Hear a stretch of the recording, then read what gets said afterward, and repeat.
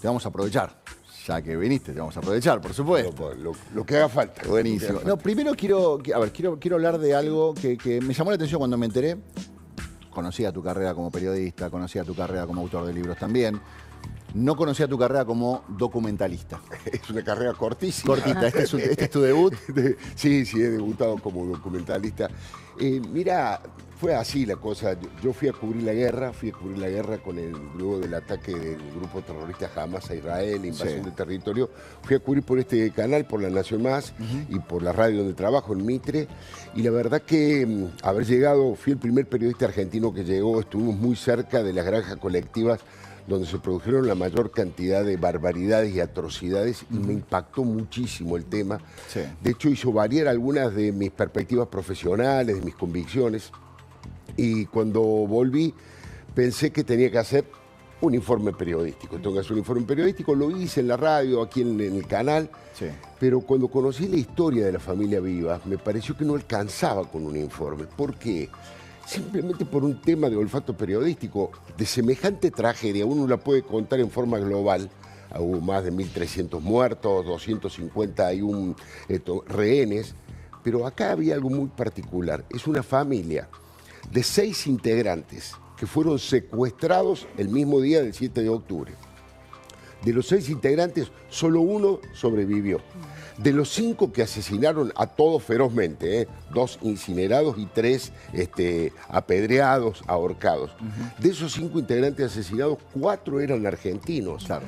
Fui a visitar el lugar donde, por ejemplo, Yossi, que es el abuelo de la familia, y bueno, lo mostramos en el documental, me encontré con una parrilla donde hacían asados todos los tiempos. Cuando fui a la casa de estos chicos, de estos 2 coloraditos, de Kfir y de Ariel, que generaron tanta empatía en la gente por la ternura que transmiten, había hasta envoltorios de alfajores Habana en el suelo, había mucha argentinidad. Claro. De hecho, la hija que sobrevivió nos cuenta que le habían pedido a los abuelos que le hablaran español. El documental muestra infinidad de vínculos con Argentina, Yossi dibujando, con un gran pintor, con uno de los nietos subido a sus espaldas con la camiseta argentina de fútbol. Claro. Todo eso me conmovió y dije, no alcanza un informe, vamos a tratar de hacer un documental. Claro. Porque esa es una parte que hay gente que, o yo no sé si se niega a reconocerlo o si mira para otro lado. Mucha gente que dice, es algo que pasa en Israel, no nos involucra a nosotros, o por qué Israel se tiene que meter en estas cosas, o por qué el presidente de la nación se tiene que involucrar en estas cosas. ¿Por qué los argentinos nos tenemos que interesar por esto, vincular con esto?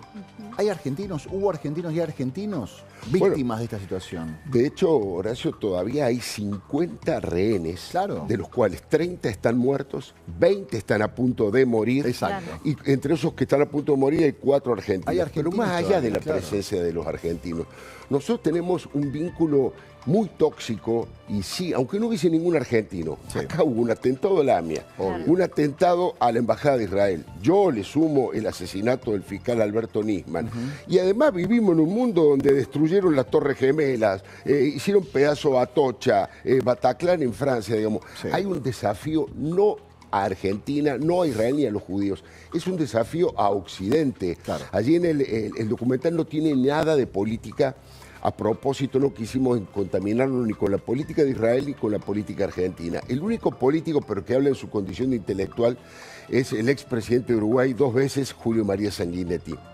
Y él tiene un libro que a mí me parece que define exactamente lo que pasa.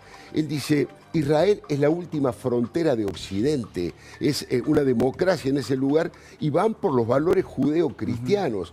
Entonces, me parece que nos tiene que involucrar. Por supuesto, cada uno sabe dónde le aprieta el zapato, qué es lo que más le duele, pero creo que es un tema de interés global, Alfredo, no solo de Argentina. ¿Y vos que estuviste ahí? Porque a la distancia y sobre todo con el correr del tiempo, hay mucha gente que dice, es clarísimo esto que vos planteás, hay mucha gente que lo comparte, pero le llama la atención que, por ejemplo, haya tanta crítica por parte de la Unión Europea con respecto a lo que está haciendo Netanyahu, que estén estas 2 visiones tan enfrentadas de Netanyahu es la última frontera y Netanyahu es un delincuente internacional, que hay que perseguirlo y hay que encarcelarlo. Sí, bueno, ese es un reflejo, como lo vemos, esa fractura, esa división que existe en la Argentina, existe en Estados Unidos, en Brasil, es la política internacional, son los nuevos tiempos porque se está produciendo un cambio muy fuerte. Está terminando, para usar Antonio Gramsci, que tanto les gusta a los izquierdistas,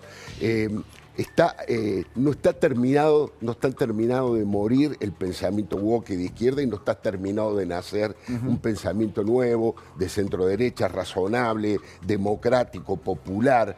Hay un cruce de fronteras en ese tema y también se expresa en ese lugar. Fíjate vos que el lugar en donde menos críticas hay hacia Israel son en los países árabes. En los 22 países de la Liga Árabe no hubo una sola manifestación gritando Palestina libre. 22 países, Arabia Saudita, Emiratos Árabes, Jordania, Egipto, Sudán, y acaban de publicar un documento muy interesante que creo que no ha tenido la suficiente difusión, porque si 22 países árabes le piden a Hamás que entregue las armas, que entregue los rehenes y que se vaya del gobierno y que deje que lo gobiernen los palestinos, la autoridad palestina y no un grupo terrorista, bueno, me parece que están mostrando cuál es el camino. Insisto, hay mucha manifestación por allí en toda la cultura woke y de izquierda en la Universidad de los Estados Unidos, y en los países árabes nadie pide por Hamás, ¿no? Alfredo, vos que estuviste ahí, ¿qué no se ve?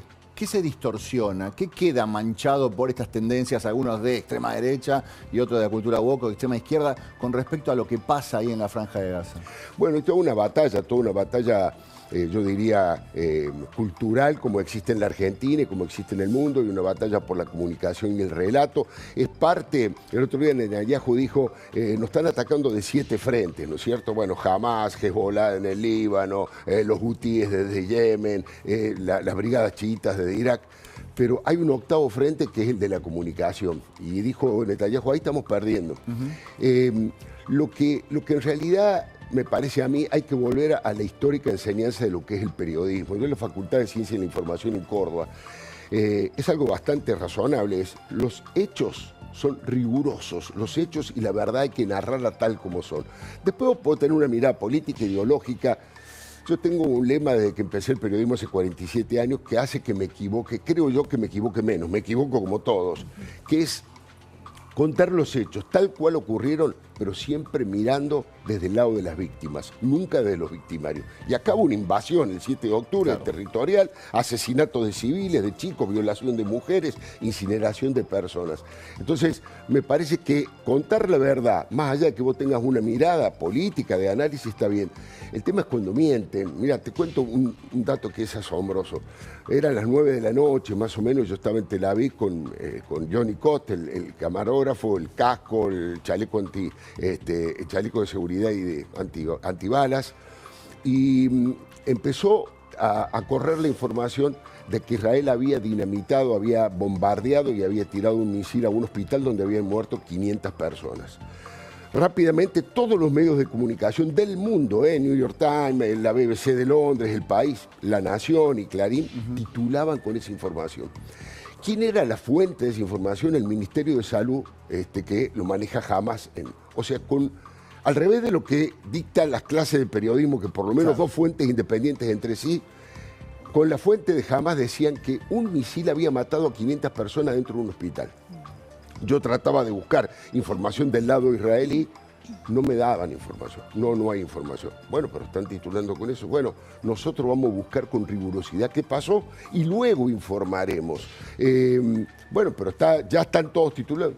¿Qué va a hacer? Nosotros vamos a la verdad, porque puede ser que nos hayamos equivocado y que un misil haya golpeado. Bueno, a la tercera vez, cuando yo estaba por salir al aire, me enviaron el video del misil que había salido de la yihad islámica desde el lado, que les falló, que lo tiraron mal, que tuvieron ineficiencia en el lanzamiento y les cayó en el propio hospital en la Franja de Gaza. No cayó dentro del hospital, por suerte, cayó en el estacionamiento, habían muerto muchas personas, pero de ninguna manera 50. Y vos fíjate que yo pude decir eso aquí en La Nación, estaba saliendo al aire desde Tel Aviv, y aún así muchos medios siguieron informando lo anterior. Al otro día corrigieron, pero ya era tarde. Fíjate que Clarín, que yo trabajo para Clarín, porque soy de Radio Mitre, y para La Nación, que trabajo acá, pusieron en duda, no alcanzaron a desmentir. Dijeron, parece o dice el ministerio que pasó tal cosa, pero hasta hace media hora todos le daban prioridad. Esa es parte de la batalla cultural y de la batalla por la verdad, digamos. Sí, claro, ¿no? Por supuesto. ¿Dónde, cuándo se puede ver el documental? Mira, estamos haciendo ahora una cantidad de funciones privadas, pero el momento importante para verlo, vamos a ir a América Latina, a Miami, a distintos lugares, nos están invitando a festivales. Tiene una contundencia, no es porque lo haya hecho yo con gente, yo lo hice con Gabriel Ventasgal, que es el especialista más grande que hay en Medio Oriente, y con Mariana Bellini, que es la directora. Y la verdad que está teniendo mucha fuerza. Entonces, estamos esperando, mediados de septiembre, lo va a subir a su plataforma gratis para toda América Latina, no hay que pagar, que es la plataforma de la empresa más importante de la Argentina, que es Mercado Libre, sí. Y lo va a subir a Mercado Play. O sea, a partir de la mitad de septiembre lo va a poder ver todo el mundo en América Latina. Ya tienen más de 6 millones, digamos, de asociados. Insisto, gratuitamente, porque el objetivo que nos planteamos, esto fue todo ad honorem, el objetivo es que la mayor cantidad de gente lo pueda ver este documental, así que el Mercado Play dentro de 20 días, 25 días más o menos. Bien, buenísimo. Alfredo, gracias por haber venido. No, un gustazo. Muchas gracias a usted. Todas las mañanas estoy ahí viéndolo, por supuesto. Muchísimas gracias. Gracias, Muchas gracias. Me siento muy honrado esto que decís. Salimos a la ciudad de Buenos Aires para ver qué está pasando. Una mañana